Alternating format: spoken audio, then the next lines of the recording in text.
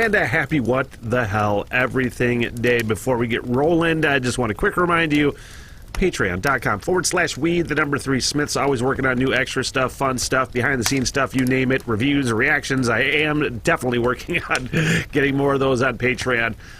It's just a matter of figuring out how I want to do it. Patreon.com/weed, the number 3 Smiths. That's also on funding the Smitty Learns Irish podcast coming in 2026. What the hell everything. What the hell everything? Yes, nice little fireside chat. I do like my fireplace. Yes, welcome to the What the Hell Everything podcast. My name is Smitty. Recording date and time for the week of October 25th, 2021 is October 26th, 2021. Weird. That's the way it works. Oh, man, big shout out. The 26th.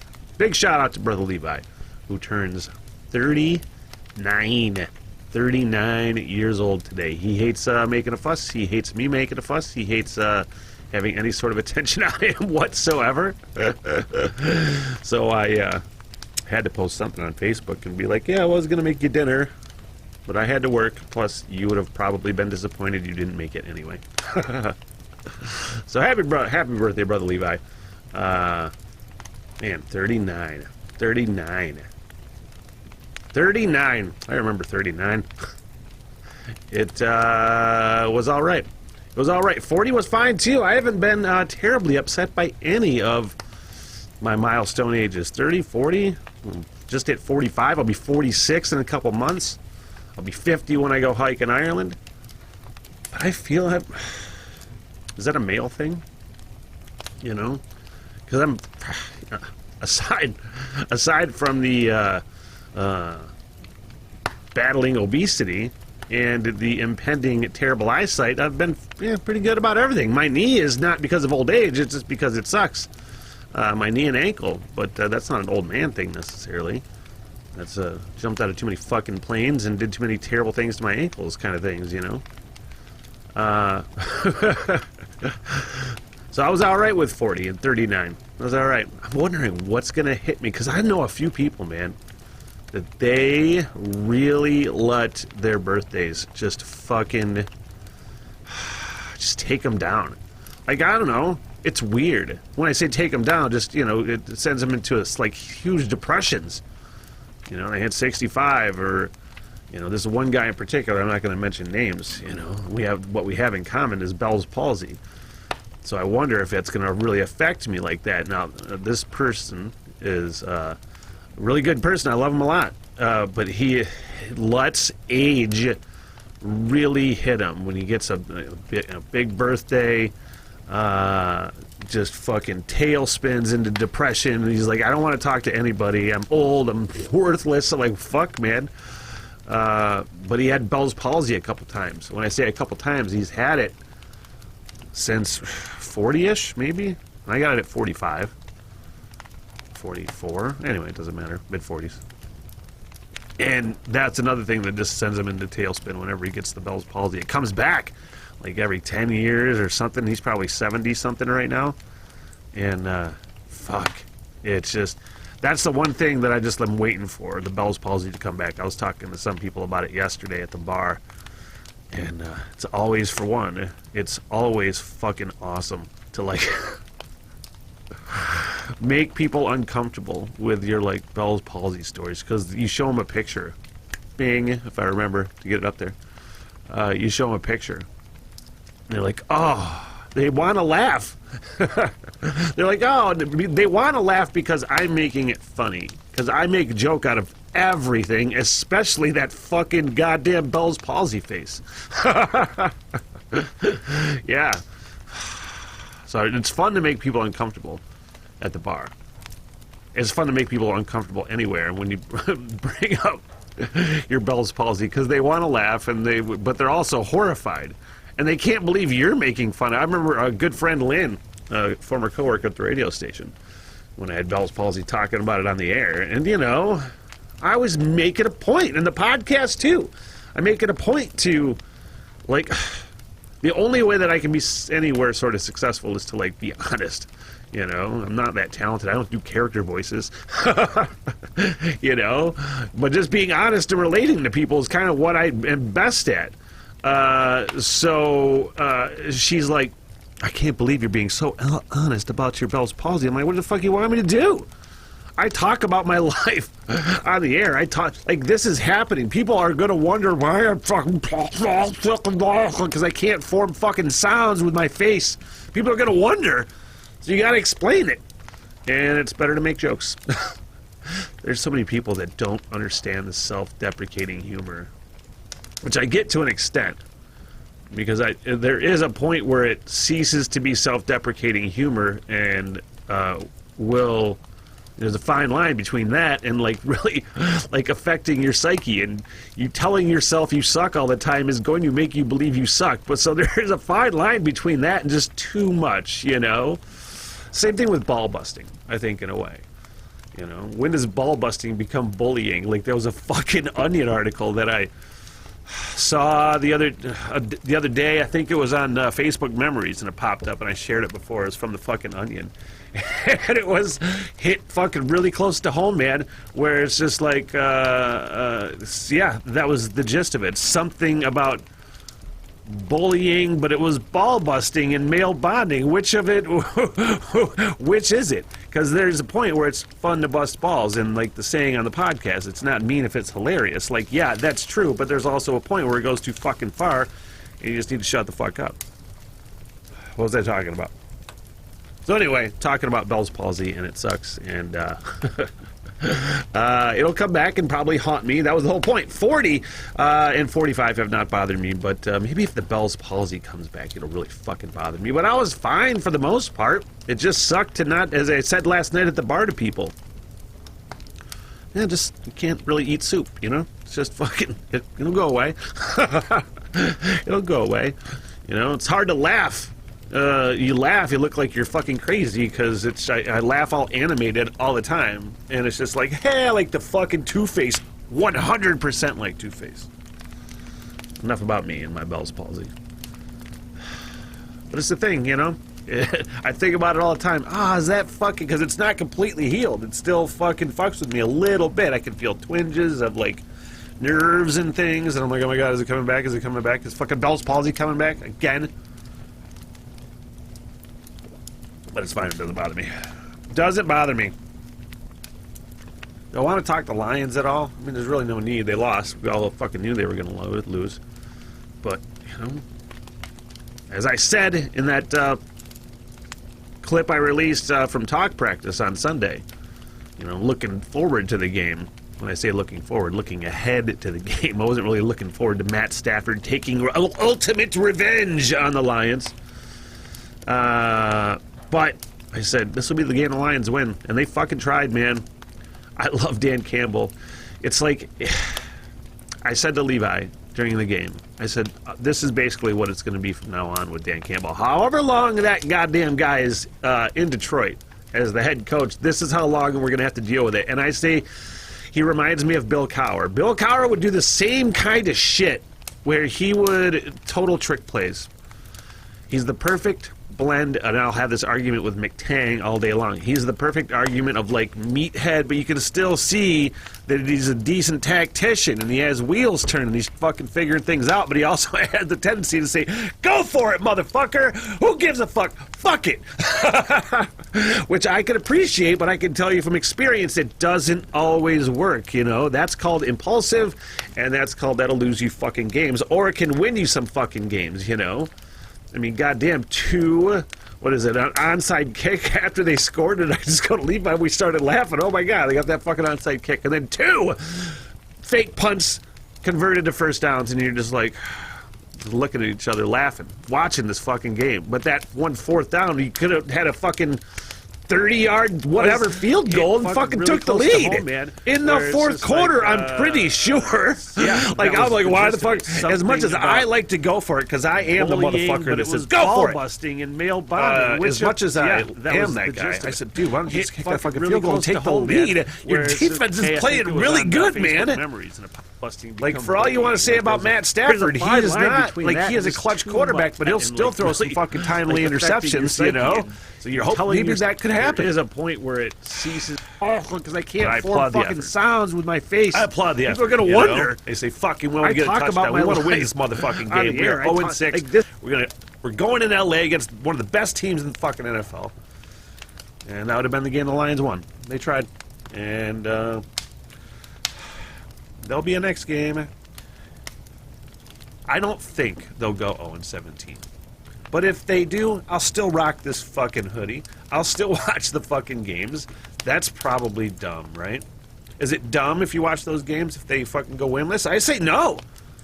I watched the Tigers just as hard when they went, they lost 120-something games in 03 or 02 or something, 04? I can't even remember the season now. It was like 2 or 3 years before the World Series season of 06.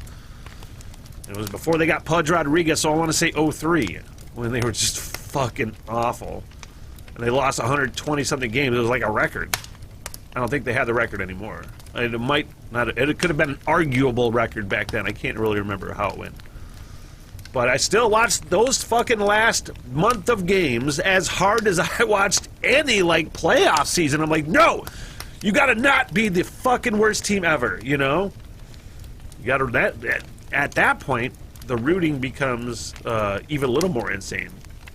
Because you don't want to see it. I remember, man, I rooting really hard for the Lions when they went 0-16. First of all, because my facial hair was on the line, and I hated that part. But second, because they're your fucking team, man. You don't want them to be the worst team of all time. And they pretty much are. Michael Wilbon on PTI said it, and I might have talked about it on another podcast. He's like, the worst... historically worst team in North American sports. And there's really no other case that can be made for any other team to be the worst team in North American sports. Because, fuck, man, even the Browns, the Cleveland Browns fucking have been to a few AFC championship games. Granted, the Lions won titles in the 50s. Pretty sure the Browns also won titles in the 40s or 50s. I could be mistaken on that. Point of the whole story is that the Lions are the worst team historically in North American sports. There really can't... There's no other argument that can be made for any other team. They're the worst team ever in sports in North America history. Which means ever. Because fucking North America historically has had the most sports. That sounds very American and like... we the only ones that got sports in America. That's not what I meant. The United States popularized sports with baseball and football and basketball. Yes, soccer was fucking huge in other countries. I'm not saying it wasn't, but as far as popularizing sports, I feel like the United States is the best. And again, I don't know what the fuck I'm talking about. I'm just making shit up. I'm just pulling shit out of my ass. That's what the hell, what the hell everything podcast is.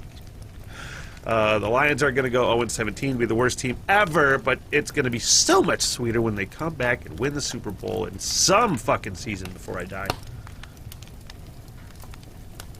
Oh boy, oh boy, oh my God! You know what, you guys? I am really excited that in just a few days. Let's see, recording date is October 26th, then Friday the 30th. The podcast is already out if it's past that, but it's a live podcast, 4 hours-ish long, at Traverse City Comic-Con, C4, Cherry Capital Comic-Con, Traverse City, Michigan, Grand Traverse Resort. They typically do it, and I've been associated with these guys in some way, shape, or form for years and years and years, and it's always awesome to be at con and to help them promote con, because there's a lot of really good people that put a lot of fucking effort into this thing, man, and I am stoked. I'm going to be there. Good friend December Lee, panelist on Six Packs on Mars, and Rock and Roll Roundtable is going to be there. Her kid Dakota, who's a big con person. He works at con. He volunteers at Comic-Con. All his fucking nerd friends are going to come on. We're going to talk all kinds of stuff, man. Get artists on. I have friends, other friends that have panels at Comic-Con. I think good friend Ryan Markham, who hasn't been on the podcast in a while, I think he's going to stop by for a couple hours. It's the Friday night opening of Cherry Capital Comic-Con. So basically, and I've never done the Friday night opening at Comic-Con. I always say I want to, but like everything that happens, I say I want to when I want to, but when the time comes, I'm like, I don't want to see any people. But I'm making myself do it this Friday at Comic-Con. And I think what's going to happen, the opening hours are like 5 to 8, I want to say. So I'm going to go from 6 to 10 because what happens is that they have a drink and draw and they have a big party after it closes, after the reception. And I'm like, man, this party's legendary. And from everything I've heard, and I've never been able to make it, I could have made it the one fucking year where I think Kevin Smith and maybe the dude who plays Jerry on Walking Dead were all hanging out doing karaoke at the fucking drink and draw, and Smitty doesn't go because he's a fucking loner. He has to stay inside all the time by himself. Could have like done karaoke with fucking Jerry talking about Cobbler and all kinds of shit, you know. But no, but I'm fucking making myself go because I'm doing a podcast. That's the thing. You put a camera and a fucking microphone in front of me, I'll do shit all goddamn night. Comic-Con.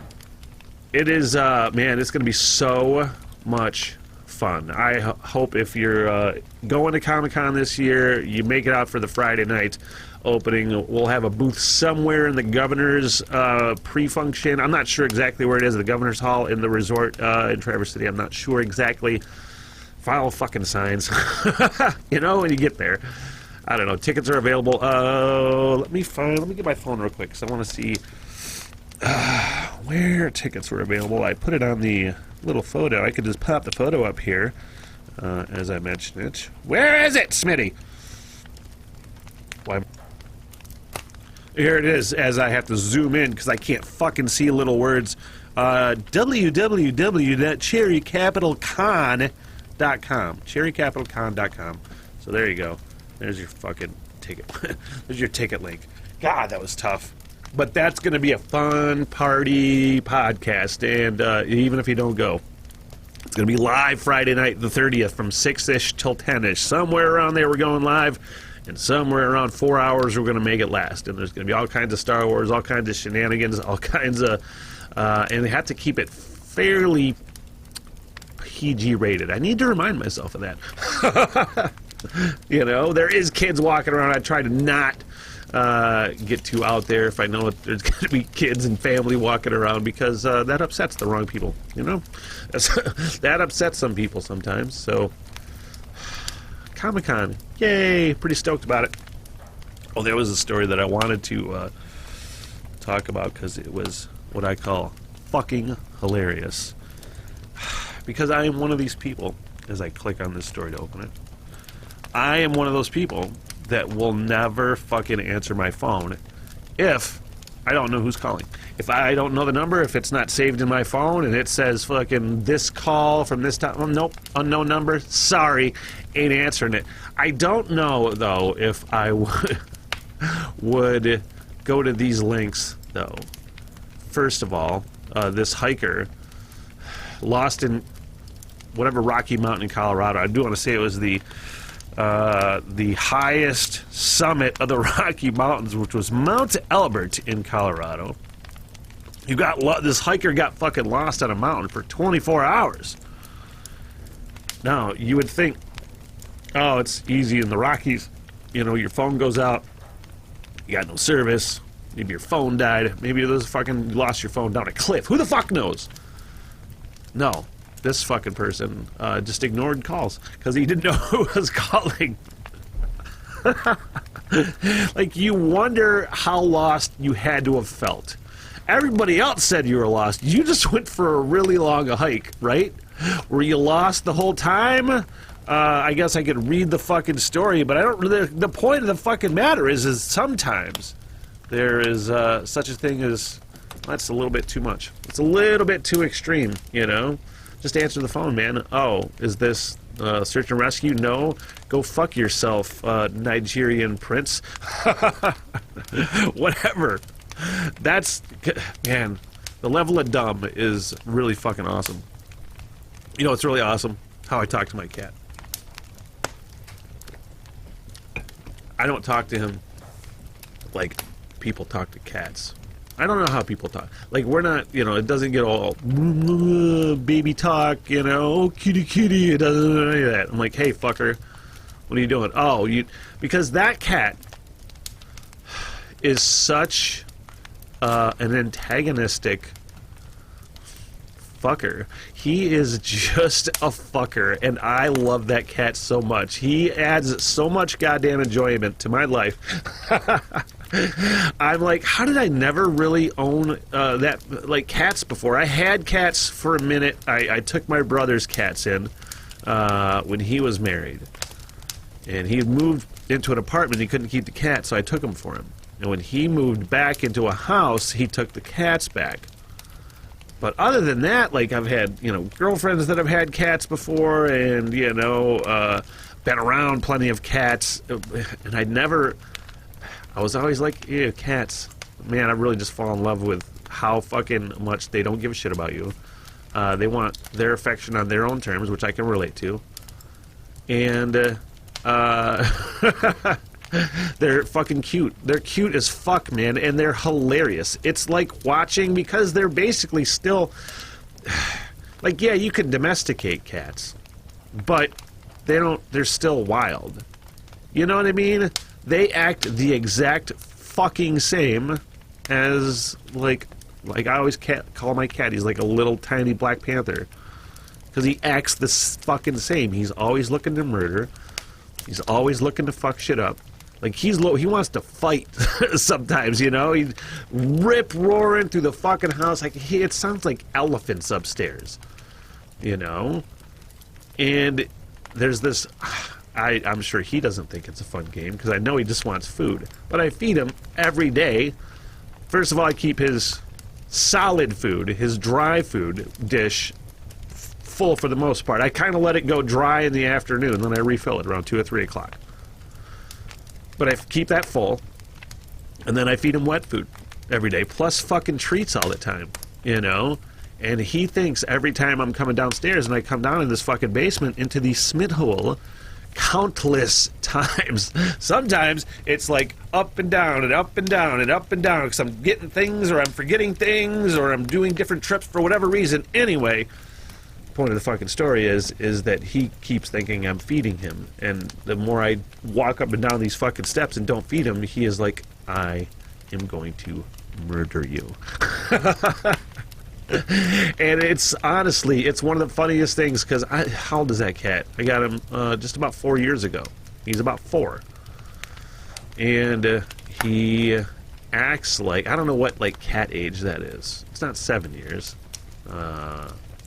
He acts like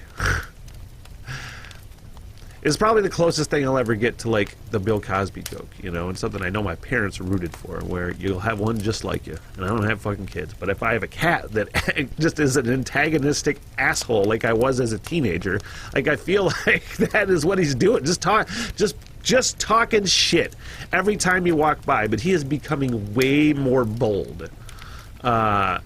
And just the way that I talk to that cat is just hilarious, because I see it in his eyes that he understands me, you know?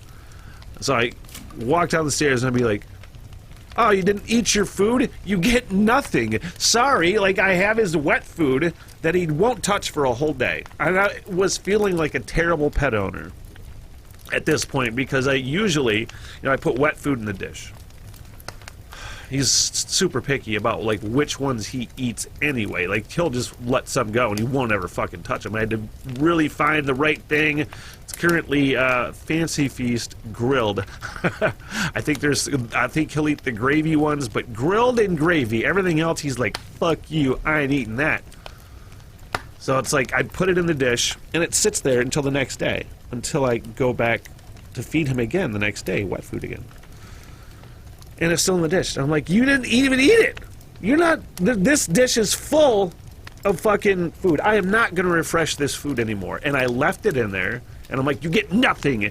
I don't know if he can pick out the asshole-ness of my fucking comment, because I'm like, you get nothing. You didn't eat this food. And I point at him and I say, sorry. And he's just looking at me like, what the fuck are you talking about? I saw a funny-ass, quick little, like, I don't know, it was like, it could have been a meme for all I know. So when I say I saw this article, who the fuck knows what it was? But it was that cats think of humans, and dogs to an extent, as other cats. They're the only, like, animal of dogs or cats. I don't know if any other animals think like this or not. But dogs certainly don't. Where they don't, dogs know that you're a human, and dogs know they're going to get food from you. That's how they've evolved to be pets. You know, they know. Cats think you are a cat. That's why they bring you fucking rodents. That's why they do all these weird ass fucking things. You know, like dominant moves, and like why they rub themselves on you. They just think you're another cat. And they're like, why aren't you acting like a fucking cat at this moment? Why aren't you eating? That's one reason probably why the fucking cat leaves. I don't even call him by his name, by the way, the fucking cat. Why he leaves that whole thing of wet food in there. He licks it a little bit. But that's probably why. He's like, dude, you gotta eat it. You know? I'm like, dude, trust me, I am overeating as we speak. Fucking cat. The whole point of this was that I felt like a terrible pet owner, but then I left it in there for an extra day, and he ate that shit. Maybe that's just what you gotta do, man. You say sorry, and they'll get hungry enough, and they'll eat it. I never understood catering to your pets the way some people do. You know, some people think their pets are just like, you know, members of the family, and they are to an extent. I'm not talking shit. I'm not trying to like talk shit about people that love their animals. There's just people that cater to them so much, and it just doesn't compute to me. I'm like, they're a pet, they're a cat, like they're, you know. He is an asshole, though. He's a hilarious asshole. He is so much more, like, more ballsy with the dog, and the dog will just rush him, because he'll be giving her stink eye, and she'll just rush that cat. It sounds like she's going to tear him apart, but she never really makes contact. You know, she's trying to scare him and stop him from looking at her, and stop him from, like, eyeing food that she wants, you know? She used to rush him, and he would just go run and hide, you know? Now he's coming back for more. He's like, all right, I got you, bitch. She rushes him. He comes right back. He chases her around the house, fucking batting at her and shit, and catching the high ground. Man, he's really owning her. She hates him, and it's fucking hilarious. Why? Because it's funny to see nature work. It's funny to see nature work. It's funny to see the cat own the dog. You know, because, like, you know, I'm not going to lie, the dog's kind of stupid. And the cat's like, I see you. I got you. And I bet he just tortures her when she's on the other side of the wall. They can hear each other somehow if they're not even saying anything. I don't know if I've ever talked about my cat this much on a podcast, or even when I was on the radio. You know what I did want to talk about, though? Oh, first of all, let's talk about Fat Chicks Barbecue before I talk about Dune, which I watched. Fat Chicks Barbecue in Atlanta, the bustling metropolis of Atlanta, Michigan. Man, those guys are awesome. I can't wait to see them probably in like 10 days, week and a half, something like that. Early first weekend of November, I want to say. Now, I wanted to mention their Hunter Special because it is hunting season here in northern Michigan. Bow season right now. It'll be rifle season mid-November through the end of November. So, I mean, it's huge, especially in Atlanta, which is the elk capital of the world. Fat Chicks Barbecue offering a Hunter Special, 20 pounds of pulled pork, 2 bags of buns, a gallon of barbecue sauce, and 4-quart size sides for $120. Dude, that's rad. Also, chili by the quart, which is a fucking, what a moneymaker. That's got to be, you know how much chili, if I was in the market, if I was like around Fat Chicks, and I was like, oh man, a quart of chili, 12-piece cornbread for $30, I would buy that once a week. Fuck being I'm not even a hunter, really. Fat Chicks BBQ and Pizza gmail.com. Fat Chicks BBQ and Pizza at gmail.com. That's where you want to go. That's an email address. You make your orders there. Fat Chicks BBQ and Pizza gmail.com. It's awesome. I can't wait to go there. They are something special, and there's something to just like a small town place. If it can succeed and get through like a real time of struggle, and those are the places that become legendary. Like, they have the opportunity to be legendary. They are 100% destination barbecue. If you're anywhere in Michigan, you're driving around, you are one of those kind of people that like to go check out different barbecue places, check them out. Bustling metropolis of Atlanta, Fat Chicks Barbecue. I love them. Tim and Heather are awesome. And can't wait to eat their food in about a week and a half. That was the worst singing thing that's ever happened. Sorry, guys. Anyway, I wanted to talk about Dune. Dune, I was really psyched about that movie. I was psyched that I watched it. I was putting it off and putting it off. When I say putting it off, I know it was only out a few days at this point. But I said, I know it's out, but I'm going to wait a couple days. Then I saw, oh, it's, it goes away. I think it's stopping streaming for at least some point in the end of November, so it was going off streaming services. I was like, I was on the fence. Okay, I will say that I watched the original Dune movie from '82 or some shit, and I'm like, and I watched it probably 6 months ago, because I said, okay, this new movie's coming out, and I knew the other one existed forever, but I never watched it. I said, okay, this new Dune movie's coming out. I saw the other one was on HBO, and they knew what they were doing. I said, all right, I'm going to watch this fucking movie and see what it's about. And I bet it's the worst movie I've ever seen. Pretty fucking close. Now, there was a really gross scene with, like, the boils and the blisters on that fucking weirdo in the original Dune movie. It seemed like they did it a little bit more...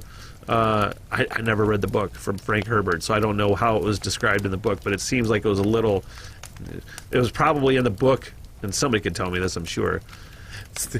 Go ahead and comment it, put your comment in and tell me, whatever the fucking words is, whatever the words are, that the Boyle guy was a little more true to the book in this version, and this Dune was actually really good.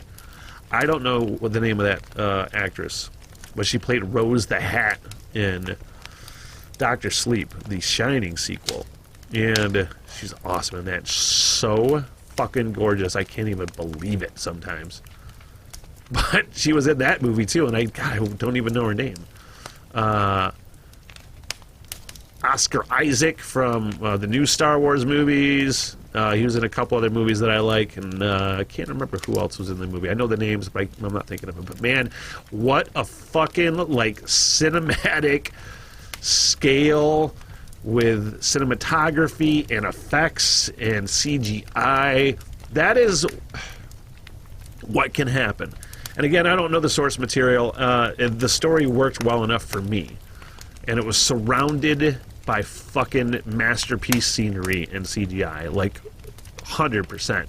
It just, that's a great example of like how good CGI and effects can serve a story, because that first Dune movie, man, it just seemed to be subpar writing and acting and directing. It was like, I don't know the story behind it, but it seemed like whoever the fuck was in charge of that movie had no idea how to make a science fiction movie at all. It was the worst effects. It was the worst everything. And I was like, I didn't even like the fact that I was watching it. I'm like, well, I'm going to get through this because I have to. But this one was a great example of like how the CGI, obviously it's years later, 30 years, 40 years later, whatever the fuck, but how it just can serve a movie. How it's so brilliant anymore. I'm going to rewatch that movie at least one more time, because I feel like it's one of those that I could fall in love with, you know? It's not unlike, what was that other science fiction one on Apple Plus Foundation. I started watching that. That's a series, and I got an episode deep, I want to say. And that's another one. It was pretty good. It's really fucking weird. I gotta really rewatch it. I also started watching Squid Games, which was on Netflix, and fucking, you know, several people have told me I have to watch it, and I'm not gonna lie, I might have got too fucking high when I watched that. I don't know, it might not be a good fucking move, being high watching Squid Game, because I was like, I got about a half an hour in, and I'm like, I don't know what the fuck's happening in this show. I don't know what the fuck is happening in this show. And then about 45 minutes, I don't even remember if I really watched the whole thing. I might have turned it off because I was just lost. I might watch it again, but it was so fucking weird, man. I don't even know where to start. I don't even know anything. Which is a great a great cue to fucking stop recording and to finish this podcast. So I will. It's great. It's a great move. Everybody listening or watching this podcast, which is like 5 people probably, are like, yes, it is definitely time for you to end this podcast. Shut the fuck up. Hey, patreon.com/we3smiths. I would love it if you went and checked it out. There is, honestly, for free right now, there is the Weed Day workouts, and I made that a public free post. You don't even need to subscribe if you want to check it out. It is ridiculous. It is super fun. It is me running through Prague virtually with an 80s soundtrack and getting high before, because I excel at Weed Day workouts. Patreon.com/we3smiths. All sorts of other stuff on there besides that. And I just want to say thank you. Till the next time, what the hell, everything. Good night, everybody! I'm so sorry for everything that has happened. Bye-bye. Yeah, all right, I'll see you guys there. By the bar and get your face, huh? Get me paid, bitch. Sit, boo-boo, sit. Good dog. I love y'all very much. Peace out. Good night, ladies.